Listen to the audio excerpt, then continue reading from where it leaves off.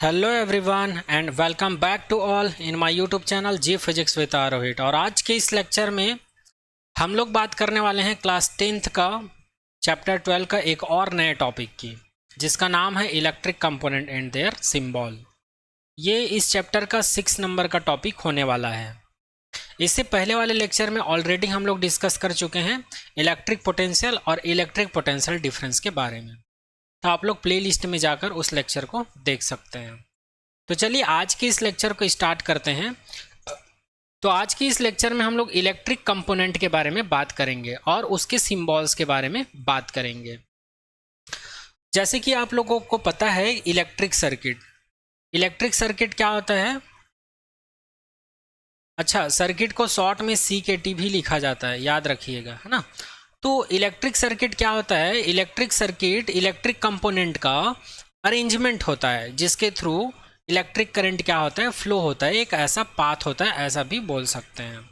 तो उस पाथ में या उस इलेक्ट्रिक सर्किट में क्या यूज होता है? Electric component. जैसे कि मैं कंसिडर कर लेता हूँ, मेरे पास यहाँ पर एक सर्किट है जिसमें एक रजिस्टर लगा हुआ है और यहाँ पर मैं एक लगा देता हूँ, एक कुंजी लगा देता हूँ या की लगा देता हूँ, और यहाँ पर एक बैटरी लगा देता हूँ, यहाँ पर एक बैटरी लगा देता हूँ, और यहाँ पर क्या लगा देता हूँ? एक बल्ब लगा देता हूँ। तो इसी अरेंजमेंट को क्या कहा जाता है? इलेक्ट्रिक सर्किट कहा जाता है। तो इलेक्ट्रिक सर्किट में जो कंपोनेंट यूज़ करते हैं, तो उस कंपोनेंट को हम लोग डिफाइंड करने के लिए कुछ ना कुछ सिंबल का यूज़ करते हैं। जैसे कि ये एक सिंबल हो गया, ये एक सिंबल हो गया, ये भी एक सिंबल हो गया, और ये बल्ब का सिंबल हो गया। तो स्टडी के पर्पस से हम लोग के डेली लाइफ में जितने भी इलेक्ट्रॉनिक डिवाइस यूज़ होते हैं, सभी का सिंबल यूज़ किया जाता है। जैसे कि आप लोग के घरों में स्विच यूज़ होता है, बटन बोलते हैं जिसको हम लोग, उसके लिए भी एक सिंबल यूज़ होता है। आप लोग के घरों में बल्ब या ट्यूबलाइट का यूज़ किया जाता है, उसके लिए भी एक सिंबल का यूज़ किया जाता है। आप लोगों के घर में रेगुलेटर यूज़ करते हैं, पंखा का जो स्पीड है उसको कम ज़्यादा करने के लिए, तो उसे रेगुलेटर बोलते हैं। उसका भी सिंबल होता है और उसको फिजिक्स की लैंग्वेज में वेरिएबल रजिस्टर कहा जाता है। ओके। और बहुत सारे ऐसे सिंबल हैं, जैसे कि आप लोग के घर में पंखा में क्या लगा रहता है? कंडेंसर लगा रहता है, जिसको हम लोग फिजिक्स के लैंग्वेज में संधारित्र बोलते हैं या कैपेसिटर बोलते हैं। कैपेसिटर का भी एक सिंबल होता है। तो ऐसे बहुत सारे एग्जाम्पल हैं हमारे डेली लाइफ में, तो उन्हीं के सिंबल्स को आज हम लोग डिस्कस करने वाले हैं। तो चलिए एक एक करके डिस्कस करते हैं। ये फिजिक्स में स्टडी के पॉइंट ऑफ व्यू से बहुत इंपॉर्टेंट है, क्योंकि जब न्यूमेरिकल सॉल्व करते हैं तो आपको पता होना चाहिए सर्किट में कौन से इलेक्ट्रॉनिक कंपोनेंट या डिवाइस का यूज़ किया गया है। तो यहाँ पर फर्स्ट कंपोनेंट की बात करते हैं। फर्स्ट कंपोनेंट जो कि है इलेक्ट्रिक सेल। तो इलेक्ट्रिक सेल का सिंबल कैसे होता है? कुछ ऐसा होता है। इसमें क्या होता है? एक लाइन होता है जिसमें बड़ी वाली लाइन होती है जिसको पॉजिटिव कंसिडर किया जाता है, और यहाँ पर कुछ गैप करके एक छोटी लाइन होती है जिसको निगेटिव कंसिडर किया जाता है। तो इस प्रकार का अगर आप लोग को सिंबल दिखे तो समझ जाना वहाँ पर इलेक्ट्रिक सेल की बात हो रही है। इलेक्ट्रिक सेल का मतलब जैसे आप लोग के वॉच में लगता है, हैंड वॉच में लगता है, वॉल क्लॉक में लगता है ना। तो उसमें क्या लगता है? सेल लगता है। तो सेल का सिंबल ये होता है। अब नेक्स्ट बात करते हैं हम लोग बैटरी। तो बैटरी क्या होता है? वन और मोर सेल का कॉम्बिनेशन होता है बैटरी, या हम लोग बोल सकते हैं एक या एक से अधिक सेलों का कॉम्बिनेशन होता है बैटरी। तो इसीलिए बैटरी को और करके हम लोग ऐसा भी लिख सकते हैं, कॉम्बिनेशन ऑफ सेल। तो यहाँ पर एक सेल हो गया, दो सेल हो गया, तीन सेल हो गया। तो तीन सेल को हम लोग क्या कर दिए? कंबाइन कर दिए। तो कंबाइन करेंगे तो ये पूरा कॉम्बिनेशन क्या कहलाएगा? हमारा बैटरी कहलाएगा। तो याद रखिएगा बैटरी का सिंबल कैसा रहता है? कुछ ऐसा रहता है, 1 2 3, मतलब एक या एक से अधिक सेल का सिंबल दिखेगा आपको, तो समझ जाना वहाँ पर बैटरी का यूज हो। नेक्स्ट बात करते हैं प्लग की या फिर स्विच। प्लग की या फिर इसी को स्विच बोल दिया जाता है। तो स्विच का जो सिंबल होता है कुछ ऐसा होता है। नेक्स्ट बात करते हैं प्लग की या स्विच। अच्छा, प्लग की या स्विच का दो कंडीशन होता है। फर्स्ट कंडीशन होता है ओपन, सेकंड कंडीशन होता है क्लोज। जैसे कि हम लोग के घरों में जो स्विच लगा रहता है ना, स्विच बटन ऑन ऑफ करने के लिए, तो बटन जब ऑफ रहता है तो उसी को ओपन स्विच कहा जाता है, और उस सिचुएशंस में सिंबल इस टाइप का यूज़ किया जाता है। और जब हम लोग घरों में स्विच को ऑन कर देते हैं तो उस सिचुएशंस में उसको क्लोज स्विच कहा जाता है। क्या कहा जाता है? क्लोज्ड स्विच कहा जाता है। उस समय इसका सिंबल जो है आप लोग को कुछ ऐसा दिखाई देगा। ठीक है। आई होप ये सारा पॉइंट आप सभी को समझ में आ रहा होगा। चलिए नेक्स्ट बात करते हैं वायर जॉइंट की। वायर जॉइंट को कैसे सिंबल कर, इसका सिंबल कैसा होता है, इसका सिंबल कुछ ऐसा होता है। जैसे कि हम लोग घरों में क्या करते हैं, जैसे कि यहाँ से इस पॉइंट तक मुझे वायर के द्वारा कनेक्शन ले जाना है, और वायर अगर छोटा पड़ रहा है तो हम लोग क्या करते हैं, दोनों को जोड़ देते हैं। जोड़ने के बाद क्या कर देते हैं, टेप लगा देते हैं। तो इस प्रकार का जो जोड़ होता है या वायर का जो जॉइंट होता है या जो जंक्शन होता है, उसको इस टाइप के सिंबल से डिनोट किया जाता है। नेक्स्ट बात करते हैं 6 नंबर के कंपोनेंट की, वायर क्रॉसिंग विदाउट ज्वाइनिंग। और अगर कोई भी वायर जो है एक दूसरे को क्रॉस कर रहे हैं, जैसे कि मेरे पास यहाँ पर एक पंखा है, और जैसे कि यहाँ पर मेरे पास एक टीवी है जिसको मुझे ऑन करना है, ठीक है, ये टीवी है, ये पंखा है। अब मुझे एक वायर ले जाना है यहाँ से, और इसमें एक वायर ले जाना है यहाँ से। तो मैं क्या करता हूँ, इसको बिना टच के ही क्रॉस करूँगा टीवी तक ले जाने के लिए। तो इस प्रकार का जो कॉम्बिनेशन या जो नोटेशन है, उसके लिए हम लोग इस प्रकार का नोटेशन या सिंबल यूज़ करते हैं। यहाँ पर ये वायर जो है इसको टच नहीं कर रहा है, और इसमें ये एक दूसरे को टच कर रहे हैं, ठीक है। चलिए आगे बात करते हैं, ये बहुत ईजी है, आप लोग के घरों में भी ये सारा चीज़ यूज़ होता है। नेक्स्ट बात करते हैं 7 पॉइंट की, इलेक्ट्रिक बल्ब। इलेक्ट्रिक बल्ब आप सभी को पता है, हम लोग के घरों में ट्यूबलाइट यूज़ होता है, CFL यूज़ होता है, LED यूज़ होता है, और पहले येलो लाइट यूज़ होता था। तो सभी के लिए एक सिंबल होता है बल्ब का सिंबल, वो सिंबल कुछ ऐसा होता है और ऐसा भी होता है, दोनों ही क्या है, बल्ब का सिंबल है। नेक्स्ट बात करते हैं register, a resistor of resistance R। तो रजिस्टर या रेजिस्टेंस एक इलेक्ट्रिक कंपोनेंट होता है, इसको बहुत कम लोग देखे होंगे।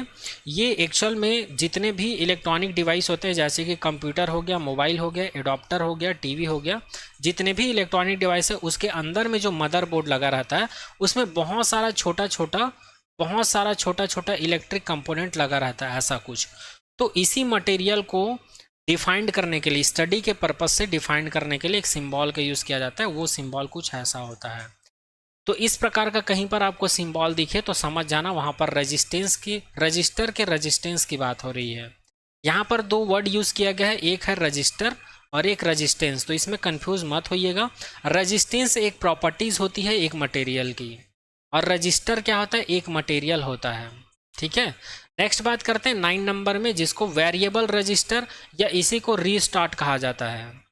वेरिएबल रजिस्टर या इसी को रीस्टार्ट कहा जाता है। जैसे कि मैंने कुछ देर पहले आप लोग को बताया था, आप लोग के घरों में पंखा की स्पीड को कंट्रोल करने के लिए रेगुलेटर का यूज़ करते हैं। तो रेगुलेटर क्या होता है, आगे पीछे रोटेट होता है, तो उसी को कहा जाता है वेरिएबल रजिस्टर। एक्चुअल में वहाँ पर करंट को रोकने के लिए रेजिस्टेंस की प्रॉपर्टी लगाई जाती है किसी मटेरियल के थ्रू, तो वो करंट को रेजिस्ट करता है और करंट को रोकता है। और करंट जैसे जैसे थोड़ा थोड़ा कम होता है, वैसे ही पंखे का स्पीड क्या होता है, कम या ज़्यादा होते जाता है, ठीक है। तो उसी को कहा जाता है वेरिएबल रजिस्टर या इसी को कहा जाता है रीस्टार्ट। तो इसका सिंबल आप लोग को कुछ ऐसा देखने को मिलेगा, किसी भी इलेक्ट्रॉनिक सर्किट में ऐसा सिंबल आप लोग को देखने को मिलेगा तो समझ जाना वहाँ पर वेरिएबल रेजिस्टेंस की बात हो रही है। इसी सिंबल को कुछ ऐसा भी डिफाइंड किया जाता है, ओके। चलिए आगे बात करते हैं, नेक्स्ट अमीटर की बात करते हैं। नेक्स्ट बात करते हैं अमीटर। तो अमीटर क्या होता है, एक ऐसा इलेक्ट्रॉनिक डिवाइस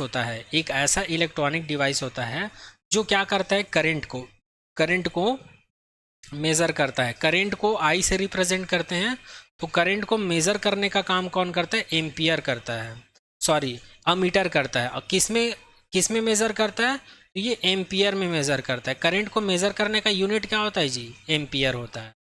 नेक्स्ट बात करते हैं, और अच्छा इसका सिंबल कुछ ऐसा रहेगा, एक सर्कल रहेगा, इसके अंदर में ए लिखा रहेगा, या कभी कभी इसी सिंबल को ऐसे भी लिखा रहता है, तब भी आप लोग कंफ्यूज मत होना, ऐसे एरो का निशान लगा देते हैं, तब भी यहाँ पर अमीटर ही होता है। एक और होता है गैल्वेनोमीटर। गैल्वेनोमीटर में ये सिंबल जो है स्ट्रेट होता है, ठीक है। चलिए आगे बात करते हैं, यहाँ पर जो गैल्वेनोमीटर होता है, गैल्वेनोमीटर को ही अमीटर की तरह यूज़ किया जाता है या वोल्ट मीटर की तरह ही यूज़ किया जाता है। यह अभी आप लोग को नहीं समझ में आएगा, ये 12th क्लास का कॉन्सेप्ट है, इसलिए इसको मैं यहाँ छोड़ रहा हूँ, ठीक है। आगे बात करते हैं नेक्स्ट 11 नंबर के टॉपिक की, सॉरी 11 पॉइंट की।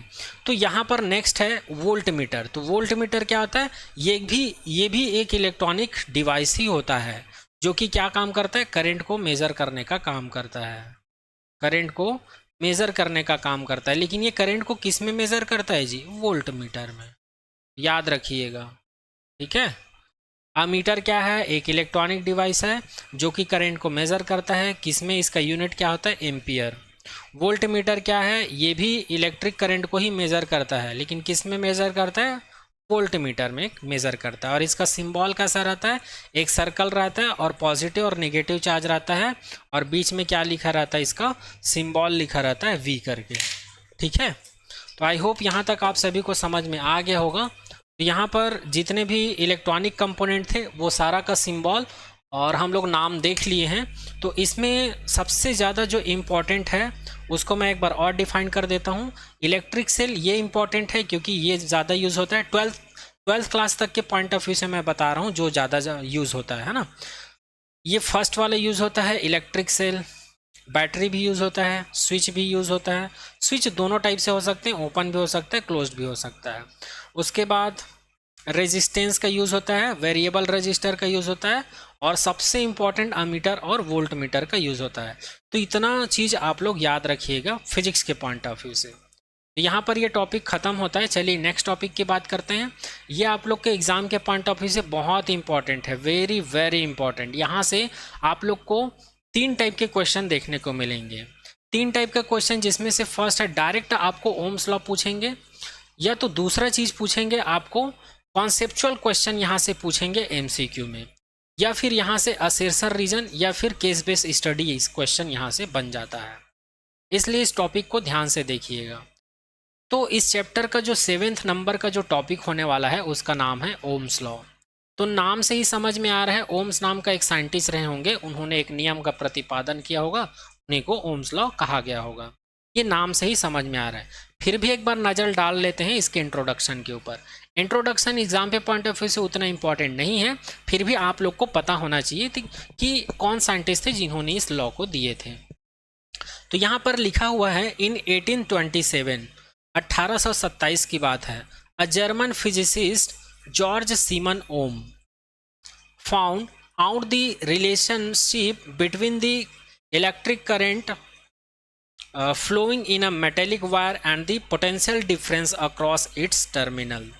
1827 की बात है जब एक साइंटिस्ट थे, जर्मन फिजिसिस्ट थे। एक्चुअल में ये साइंटिस्ट थे ही, लेकिन किसके साइंटिस्ट थे, फिजिक्स के, इसलिए यहाँ पर फिजिसिस्ट का यूज़ किया गया है। और ये कहाँ के रहने वाले थे, जर्मनी के रहने वाले थे। इनका नाम क्या था, ओम नाम तो सब सुने होंगे, यहाँ से शॉर्ट नेम है, लेकिन इसका पूरा नाम याद रखिएगा, जॉर्ज सीमन ओम। जॉर्ज सीमन ओम इस नाम का एक फिजिसिस्ट थे। इन्होंने इलेक्ट्रिक करंट कैसा करंट, जो मेटेलिक वायर में फ्लो होता है, और पोटेंशियल डिफरेंस मतलब जो कि इलेक्ट्रॉनिक सर्किट में 2 टर्मिनल के बीच पाया जाता है। तो आई और पोटेंशियल डिफरेंस को V से रिप्रेजेंट किया जाता है। तो I और V के बीच रिलेशन फाइंड किया था इन्होंने, ठीक है। जर्मन फिजिसिस्ट जॉर्ज सीमन ने इलेक्ट्रिक करंट और इलेक्ट्रिक पोटेंशियल के बीच रिलेशन फाइंड किया था। The potential difference V across the ends of given metallic wire in an electric circuit is directly proportional to the current flowing through it provided its temperature remain the same। This is called Ohm's law. और George Simon ओम ने voltage और current के बीच relation find किया, और उन्होंने क्या relation दिया, किसी भी इलेक्ट्रिक सर्किट में जैसे जैसे हम लोग करंट के वैल्यू को वोल्टेज के वैल्यू को बढ़ाते हैं, वैसे वैसे करंट का वैल्यू बढ़ते जाता है, और जैसे जैसे वोल्टेज का वैल्यू डिक्रीज होता है वैसे वैसे करंट का वैल्यू भी डिक्रीज होता है। जबकि यहाँ पर टेम्परेचर कांस्टेंट होता है। तो टेम्परेचर कांस्टेंट के लिए एक कांस्टेंट का यूज़ करते हैं, उसको आगे देखेंगे। तो यही रिलेशन दिया था किसने, जॉर्ज सीमन ओम ने। कब दिया था, 1827 में। तो इसी को कहा जाता है ओम्स लॉ। तो ये हो गया इस लॉ का इंट्रोडक्शन। अब चलिए इसके स्टेटमेंट के बारे में बात करते हैं। तो अभी मैं जो बोला हूँ वही इसका स्टेटमेंट है, फिर भी एक बार देख लेते हैं ऑफिशियली तरीके से, है ना। स्टेटमेंट या लॉ यहाँ पर लिखा हुआ है, according to Ohm's law at constant temperature, pressure and strain the current flowing through a conductor is directly proportional to potential difference across the conductor. यहाँ पर एक वर्ड लिखा हुआ है, याद रखिएगा। ओम्स नाम के साइंटिस्ट थे, इन्होंने वोल्टेज और करंट के बीच रिलेशन फाइंड किया था। कैसे फाइंड किया था? टेम्परेचर को कांस्टेंट रखा था और प्रेशर को भी कांस्टेंट रखा था। और strain the current flowing through the, मतलब करंट में जो फ्लो होता है उसको भी इन्होंने कांस्टेंट रखा था। और देखा था कि जो करंट है वो डायरेक्टली प्रोपोर्शनल होता है पोटेंशियल डिफरेंस के। यहाँ पर मैं टेम्परेचर और प्रेशर इंपॉर्टेंट है इसलिए बोला हूँ क्योंकि यहाँ से मल्टीपल चॉइस क्वेश्चन बन जाता है। आपको डायरेक्टली पूछा जाता है ओम्स लॉ में कौन सा पैरामीटर कांस्टेंट रहता है, ऐसा पूछ देंगे तो याद रखिएगा टेम्परेचर और प्रेशर। स्ट्रेन का मतलब होता है विकृति या परिवर्तन, ठीक है। तो यहाँ पर जो लिखा हुआ है इसी को मैथमेटिकली हम लोग ऐसे समझ सकते हैं। V का मतलब है वोल्टेज, I का मतलब है इलेक्ट्रिक करंट। तो वोल्टेज जो है इलेक्ट्रिक करंट के प्रोपोर्शनल होता है। और इस टाइप का कभी भी जो रिलेशन होता है इसका मीनिंग तो आप लोग को पता होगा।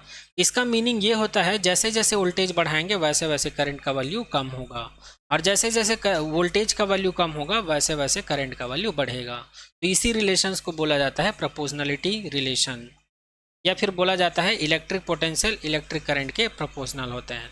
अब ये प्रोपोर्शनल को हटाकर एक कांस्टेंट लगाते हैं, देते हैं जो कि है R। तो यहाँ पर R को कहा जाता है प्रोपोर्शनल कांस्टेंट, R को कहा जाता है प्रोपोर्शनल कांस्टेंट, या फिर इसी को कहा जाता है रेजिस्टेंस। इसी को कहा जाता है रेजिस्टेंस। मैं नीचे यहाँ पर लिख दिया हूँ। V को कहा जाता है पोटेंशियल डिफरेंस, I को कहा जाता है इलेक्ट्रिक करंट, और R को कहा जाता है रेजिस्टेंस ऑफ द कंडक्टर। तो इसी को कहा जाता है ओम्स लॉ। यहाँ पर जो लिखा हुआ है ये इसका स्टेटमेंट है थ्योरेटिकली, और इसी थ्योरेटिकली स्टेटमेंट को हम लोग मैथमेटिकली ऐसे समझ सकते हैं, वी डायरेक्टली प्रोपोर्शनल होता है आई के। तो इसी रिलेशन को याद रखिएगा और इसी रिलेशंस को कहा जाता है ओम्स लॉ। ये रिलेशन याद रखिएगा, और इस रिलेशन से हमको क्या मिल जाता है, V is equals to R I, या फिर इसी को लिखा जाता है V is equals to I R, और इसको हम लोग लिख सकते हैं I को इधर ट्रांसफर करेंगे तो ये V अपॉन आई हो जाएगा और R इधर ही रहेगा। तो ये रिलेशन याद रखिएगा। ये रिलेशन कब काम आता है, कोई भी इलेक्ट्रिक सर्किट देता है और उसमें हमको वोल्टेज फाइंड करना रहता है, या फिर इलेक्ट्रिक पोटेंशियल, या फिर करंट फाइंड करना रहता है, या फिर रेजिस्टेंस फाइंड करना रहता है। तो तीनों ही केस में ये फॉर्मूला यूज़ होता है, इसलिए ये फॉर्मूला याद रखिएगा। ये फॉर्मूला बोल सकते हो इसको, या फिर इसको ओम्स लॉ बोल सकते हो डायरेक्टली, ठीक है। चलिए अब बात करते हैं, जॉर्ज सीमन ने वोल्टेज और करंट के बीच जो ग्राफ ड्रॉ किया था। तो यहाँ पर जो लिखा हुआ उसको पहले बता देता हूँ। Voltage current graph for nichrome wire. जो जॉर्ज सीमन ओम नाम का साइंटिस्ट था, उन्होंने एक वायर का यूज़ किया था, और ये वायर जो है किसका बना हुआ था, नाइक्रोम का बना हुआ था। नाइक्रोम क्या होता है, एक मटेरियल का नाम है। ये एक मेटेलिक वायर है, या एक मटेरियल का नाम होता है नाइक्रोम, जिसकी अपनी एक स्पेसिफिक प्रॉपर्टीज़ होती है। इसको आप लोग क्लास 7 या 8 में पढ़ चुके होंगे नाइक्रोम के बारे में। आगे लिखा है a straight line plot so that as the current through a wire increase the potential difference across the wire increase linearly, this is Ohm's law. यदि आपको एग्जाम में पूछा जाए कि वोल्टेज और करंट के बीच ग्राफ खींचकर ओम्स लॉ को समझाइए, ऐसा बोला जाएगा, तो याद रखिएगा अकॉर्डिंग टू ओम्स लॉ, जब हम लोग वोल्टेज और करंट के बीच जब भी ग्राफ खींचते हैं तो हमको एक स्ट्रेट लाइन मिलता है, हमेशा ये याद रखिएगा। यहाँ पर इस लाइन को याद रखिएगा, ये MCQ क्वेश्चन भी बन सकता है। यहाँ से आपको पूछा जाएगा ओम्स लॉ में जब हम लोग वोल्टेज और करंट के बीच ग्राफ ड्रॉ करते हैं तो बताइए वहाँ पर ग्राफ की प्रॉपर्टीज़ क्या होती है। स्ट्रेट लाइन होता है, कर्व्ड लाइन होता है, स्फेरिकल होता है, या नन ऑफ दी एबो होता है। तो आपको बताना है हमेशा स्ट्रेट लाइन होता है, इस चीज़ को याद रखिएगा। जैसे कि यहाँ पर फिगर में दिखाया गया है, आप लोग देख सकते हैं। यहाँ पर एक चीज़ और याद रखिएगा, यहाँ पर इसको कंसीडर कर लेते हैं एक्स एक्सिस है, और इसको कंसीडर कर लेते हैं वाई एक्सिस है। एक्स एक्सिस में हम लोगों ने रखा है करंट को, और वाई एक्सिस में रखा है हम लोगों ने वोल्टेज को, ठीक है। तो यहाँ पर वोल्टेज और करंट के बीच हम लोग ग्राफ खींचे हैं तो हमको एक कैसा लाइन मिलता है, स्ट्रेट लाइन मिलता है। मतलब जितना ज़्यादा करंट बढ़ेगा उतना ही ज़्यादा वोल्टेज बढ़ेगा। ये स्ट्रेट लाइन बोलने का मतलब ये है, या स्ट्रेट लाइन ही हमको बताता है कि वोल्टेज जो है करंट के प्रोपोर्शनल होता है। तो इसी को कहा जाता है वोल्टेज और करंट के बीच ग्राफ कहा जाता है। तो यहाँ पर ओम्स लॉ भी कंप्लीट होता है। तो ओम्स लॉ में हम लोगों ने क्या देखा, ओम्स लॉ का इंट्रोडक्शन देखा, इंट्रोडक्शन देखने के बाद लॉ या स्टेटमेंट देखे हैं, फिर उसका फॉर्मूला देखे हैं, फॉर्मूला देखने के बाद हम लोग वोल्टेज करंट ग्राफ देखे हैं, और ग्राफ में हम लोगों ने क्या पाया, जब करंट और वोल्टेज के बीच ग्राफ ड्रॉ करते हैं तो हमको एक स्ट्रेट लाइन मिलता है। बस इतना ही याद रखना है, ठीक है। तो यहाँ पर ये टॉपिक कंप्लीट होता है। चलिए नेक्स्ट टॉपिक की बात करते हैं, रेजिस्टेंस के बारे में बात करते हैं। नेक्स्ट टॉपिक है इस चैप्टर का 8th नंबर का टॉपिक है, जिसका नाम है रेजिस्टेंस। तो रेजिस्टेंस क्या होता है, तो मैं डायरेक्टली यहाँ पर बता देता हूँ, दो वर्ड याद रखिएगा, एक तो है रजिस्टर और दूसरा है रेजिस्टेंस। ये दो वर्ड याद रखिएगा, मैं शॉर्ट में बता देता हूँ, उसके बाद आगे इसको डिटेल में देखेंगे। तो रजिस्टर का मतलब क्या होता है, याद रखिएगा, ये एक मटेरियल होता है। ये दोनों वर्ड में बच्चे बहुत कंफ्यूज होते हैं, इसलिए इसको अलग से बता रहा हूँ मैं। रजिस्टर का मतलब होता है मटेरियल और रेजिस्टेंस का मतलब होता है प्रॉपर्टीज। प्रॉपर्टीज याद रखिएगा। रजिस्टर क्या होता है, एक ऐसा मटेरियल होता है जो कौन सी प्रॉपर्टी शो करता है, रेजिस्टेंस की प्रॉपर्टीज को शो करता है। और रेजिस्टेंस क्या होता है, एक प्रॉपर्टीज होती है किसी मटेरियल की, प्रॉपर्टीज होती है कौन, रेजिस्टेंस। और कैसी प्रॉपर्टी होती है, ये एक ऐसी प्रॉपर्टीज होती है जो चार्ज में जो फ्लो होता है उसका अपोज करती है या विरोध करती है, या करंट में जो फ्लो होता है ना उसका अपोज करती है। तो अपोज करने की जो प्रॉपर्टीज है, विरोध करने की जो प्रॉपर्टीज है, उसी को रेजिस्टेंस कहा जाता है। और करंट को रोकने के लिए या करंट में फ्लो का विरोध करने के लिए जिस मटेरियल का यूज करते हैं, उस मटेरियल को कहा जाता है रेजिस्टर। तो याद रखिएगा। तो यहाँ पर 8th नंबर के टॉपिक में हम लोग क्या पढ़ने वाले, रेजिस्टेंस पढ़ने वाले हैं। क्या पढ़ने वाले हैं, रेजिस्टेंस पढ़ने वाले हैं। अब चलिए हम लोग सबसे पहले डेफिनेशन के बारे में बात कर लेते हैं। तो यहाँ पे लिखा हुआ है, resistance is a constant for the given metallic wire at a given temperature is called its resistance. तो रेजिस्टेंस क्या होता है, एक कांस्टेंट वैल्यू होता है किसके लिए, जो मेटेलिक वायर दिया गया है जिसमें करंट फ्लो कराना रहता है। कब, कांस्टेंट टेम्परेचर पर, उसी को क्या कहा जाता है, रेजिस्टेंस कहा जाता है। अगर आप लोग इसको नहीं समझे हैं या ये आपको याद नहीं हो पा रहा है, तो इसी को आप लोग सिंपल लैंग्वेज में ऐसे याद रखिएगा, रेजिस्टेंस एक प्रॉपर्टीज होती है। रेजिस्टेंस क्या होती है, एक प्रॉपर्टीज होती है। किसकी प्रॉपर्टीज होती है, किसी भी कंडक्टर की। अब कंडक्टर क्या होता है, कंडक्टर एक मटेरियल होता है जिसमें करंट इजिली फ्लो हो जाता है, ठीक है। तो रेजिस्टेंस क्या होता है, एक प्रॉपर्टीज होती है किसी भी कंडक्टर की या मटेरियल की। कौन सी प्रॉपर्टीज होती है, रेजिस्ट करने की। किसको रेजिस्ट करने की, फ्लो ऑफ चार्ज या करंट, ठीक है। तो उसी को क्या कहा जाता है, रेजिस्टेंस कहा जाता है। Resistance is a property of conductor और material to resist the flow of electric current और electric charge is called resistance, ऐसा भी लिख सकते हैं। तो याद रखिएगा, है ना। अब चलिए हम लोग बात करते हैं रेजिस्टेंस के नोटेशन की बात करते हैं या यूनिट की बात करते हैं। तो यहाँ पर दोनों चीज़ की बात करेंगे, नोटेशन और यूनिट। अगर मैं रेजिस्टेंस के एसआई यूनिट की बात करूँ तो इसका एसआई यूनिट होता है ओम। अभी अभी हम लोगों ने देखा था ओम्स लॉ के अकॉर्डिंग जो वोल्टेज होता है करंट के प्रोपोर्शनल होता है, और प्रोपोर्शनल को हटाकर एक कांस्टेंट लगाते हैं आर। तो आर को यहाँ पर कहा जाता है प्रोपोर्शनल कांस्टेंट, या इसी को कहा जाता है रेजिस्टेंस। तो इस आर का वैल्यू कैसे निकालेंगे, आई को इधर ट्रांसफर कर देंगे तो R is equals to V upon I हो जाएगा। तो यहाँ पर याद रखिएगा 1 वोल्ट अपॉन 1 एम्पियर। वोल्ट का यूनिट इलेक्ट्रिक पोटेंशियल का यूनिट क्या होता है, वोल्ट होता है, और इलेक्ट्रिक करंट का यूनिट क्या होता है, एम्पियर होता है। और याद रखिएगा 1 volt upon 1 ampere is equal to होता है 1 ओम। तो इसी को कहा जाता है रेजिस्टेंस का एसआई यूनिट। तो रेजिस्टेंस का एसआई यूनिट क्या होता है, ओम। ओम का सिंबल क्या होता है, कुछ ऐसा होता है, इसको ओमेगा कहा जाता है, ठीक है। नेक्स्ट लाइन में लिखा भी हुआ है जो नोटेशन होती है represented by the Greek letter ohm. इसी को कहा जाता है ओमेगा या ओम कहा जाता है। अकॉर्डिंग टू ओम्स लॉ हम लोग को पता है R is equals to V upon I होता है, जो कि ऑलरेडी मैं यहाँ पर बता चुका हूँ, वही चीज़ यहाँ पर लिखा हुआ है। चलिए आगे देखते हैं। If the potential difference across the two ends of a conductor is 1 volt and the current through it is 1 ampere, then the resistance R of the conductor is 1 ohm।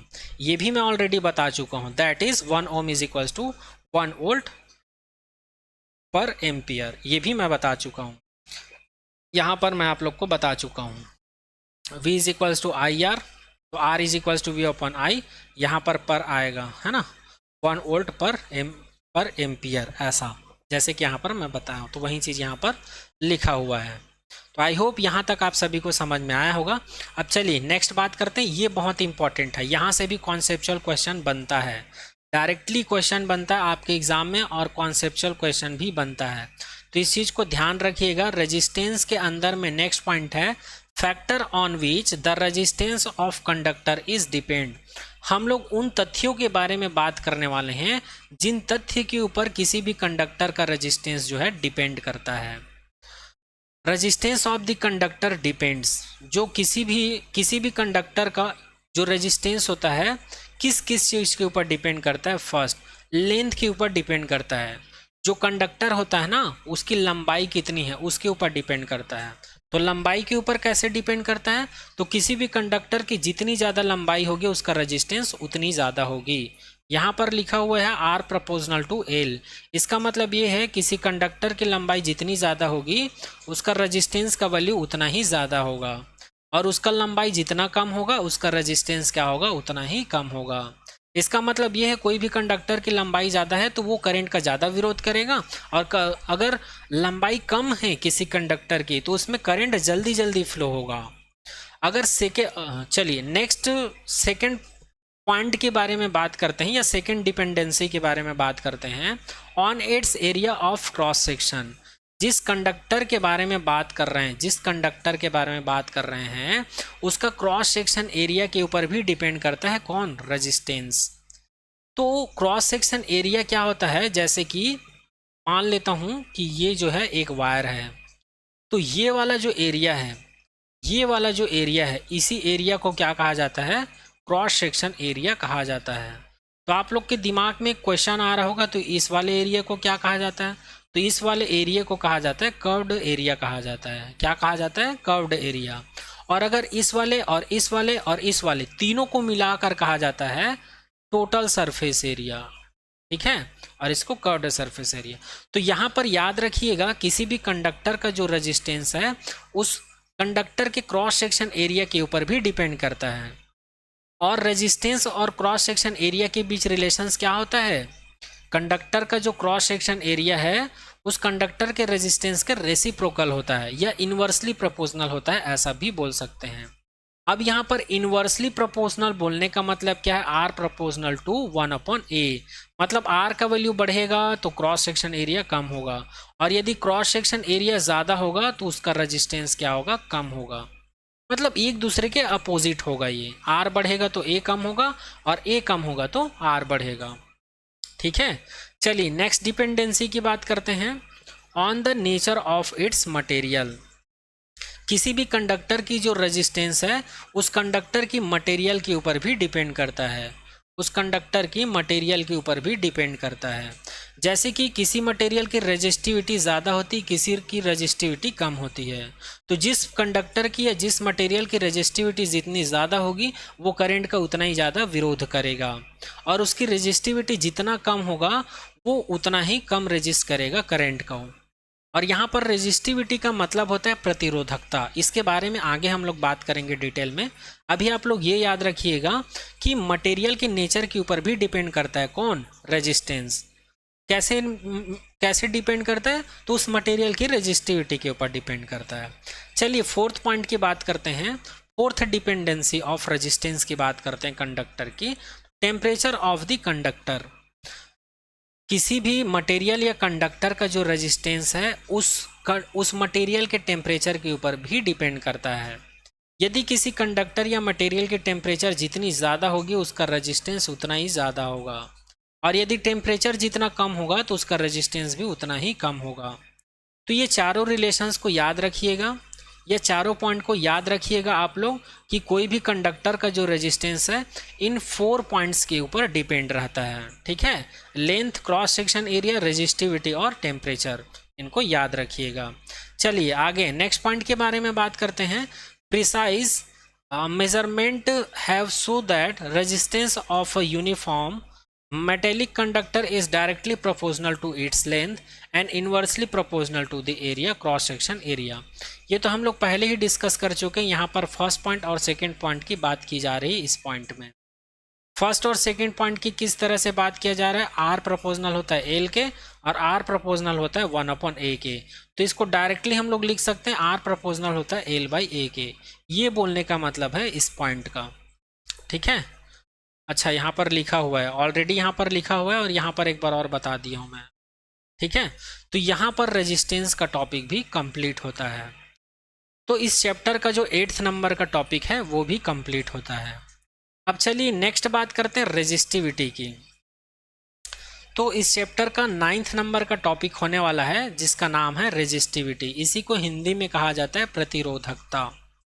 तो चलिए इसके डेफिनेशन के बारे में बात करते हैं कि ये एक्चुअल में होता क्या है। तो यहाँ पे लिखा हुआ है the resistivity of a material can be defined as the resistance per unit length of the unit cross section area of the material. किसी भी मटेरियल की जो रेजिस्टिविटी है वो क्या होती है,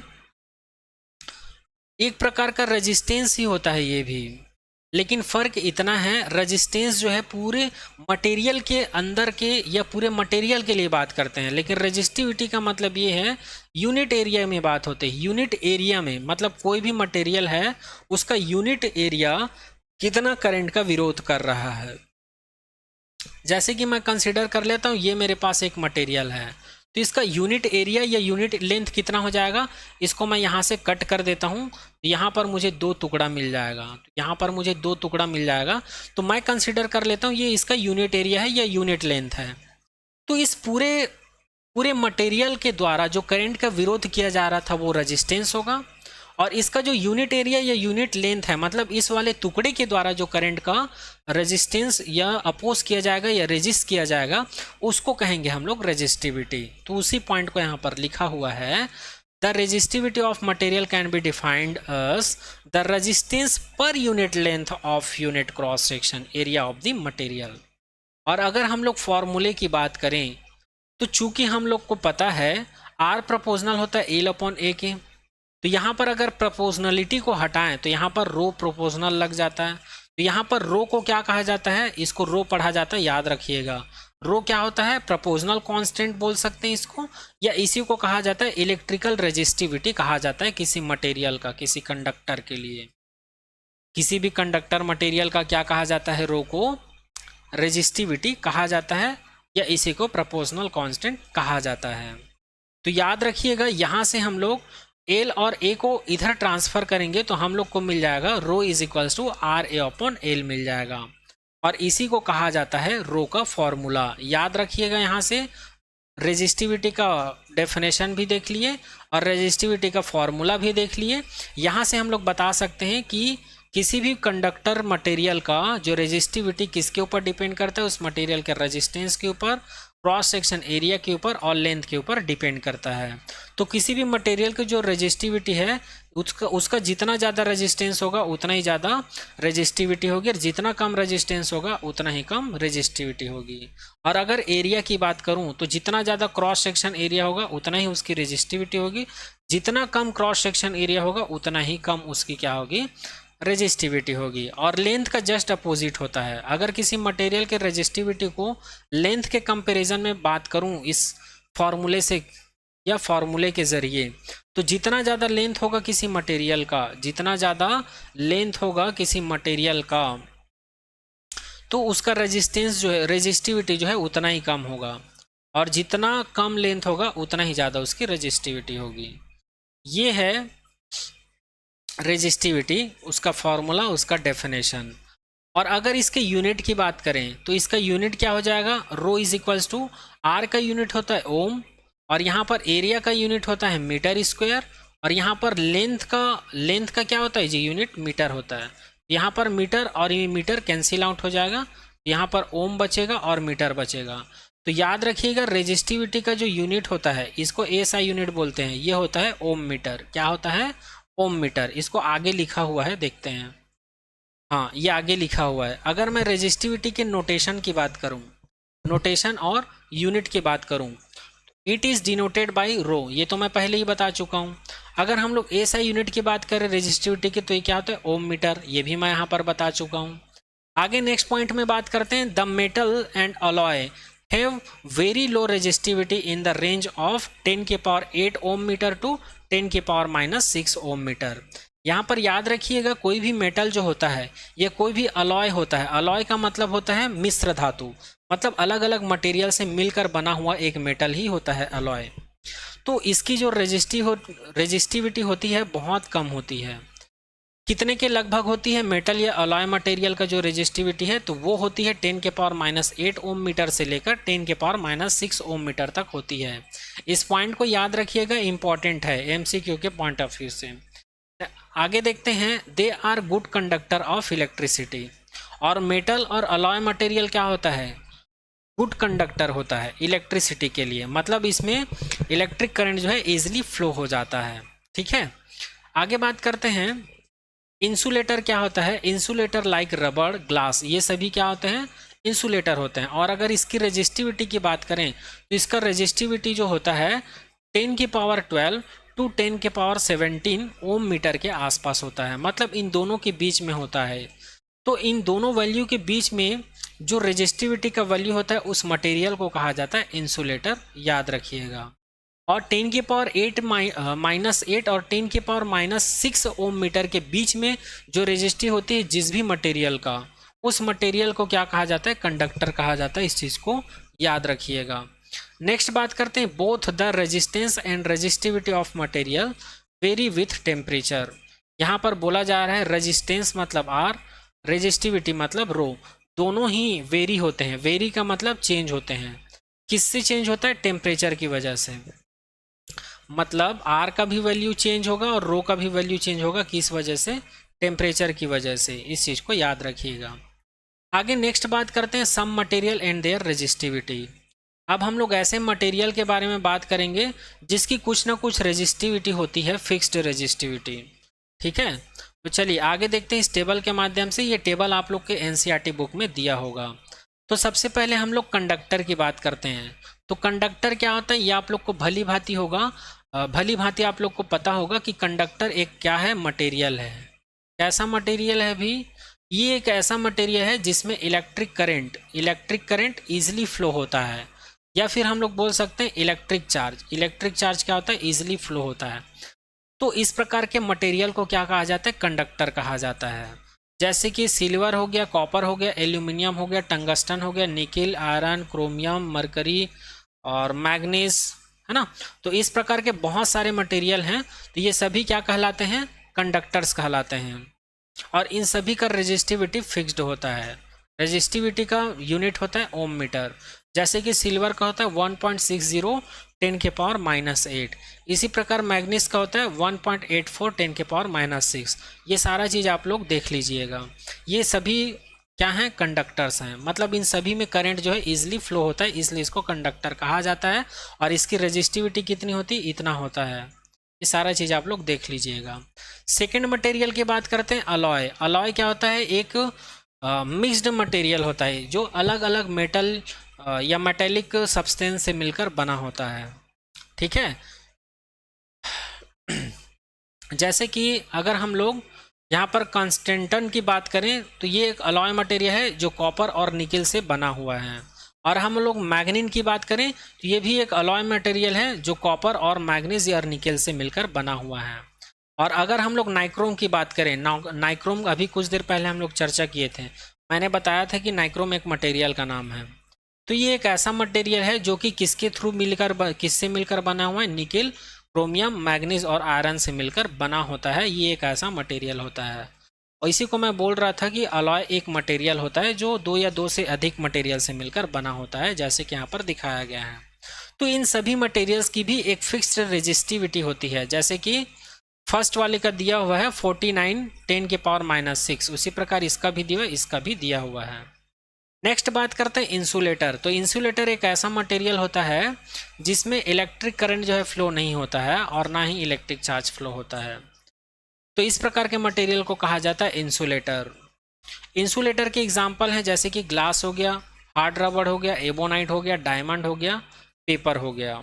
ठीक है, ये सभी क्या हैं, इंसुलेटर के एग्जाम्पल हैं। और इंसुलेटर की भी कुछ ना कुछ फिक्स्ड रेजिस्टिविटी होती है। जैसे अगर मैं ग्लास की बात करूं तो 10⁻10 10⁻14 ओम मीटर के बीच में होता है इसकी जो रेजिस्टिविटी होती है।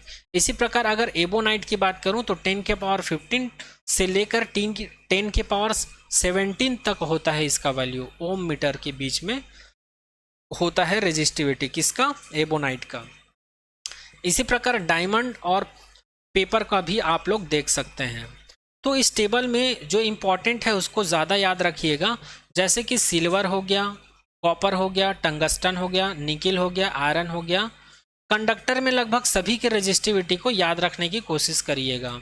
और अलॉय मटेरियल में नाइक्रोम का याद रखिएगा। नाइक्रोम का रेजिस्टिविटी कितना होता है, 100 × 10⁻⁻6 होता है। और अगर मैं इंसुलेटर की बात करूं तो इसमें डायमंड और एबोनाइट का रेजिस्टिविटी का रेंज याद रखिएगा। तो यहाँ पर ये टॉपिक भी कंप्लीट होता है। तो इस टॉपिक में हम लोग क्या देखें, सबसे पहले रेजिस्टिविटी देखें, रेजिस्टिविटी का डेफिनेशन देखें, उसके बाद इसका फॉर्मूला देखें, इसकी डिपेंडेंसी देखें, इसका नोटेशन देखे हैं और इसका यूनिट देखे हैं। उसके बाद हम लोग देखे हैं रेजिस्टिविटी कुछ मटेरियल होते हैं, कुछ स्पेसिफिक मटेरियल जैसे कंडक्टर हो गया, इंसुलेटर हो गया या अलॉय मटेरियल होगा, उन सभी का हम लोग रेजिस्टिविटी का वैल्यू देखें कि क्या होता है। इस प्रकार से ये टॉपिक यहाँ पर कंप्लीट होता है। तो इस लेक्चर के माध्यम से हम लोग क्लास 10th का चैप्टर 12 का फिजिक्स का ये 3rd चैप्टर है, जिसमें हम लोग 9 टॉपिक कवर कर चुके हैं।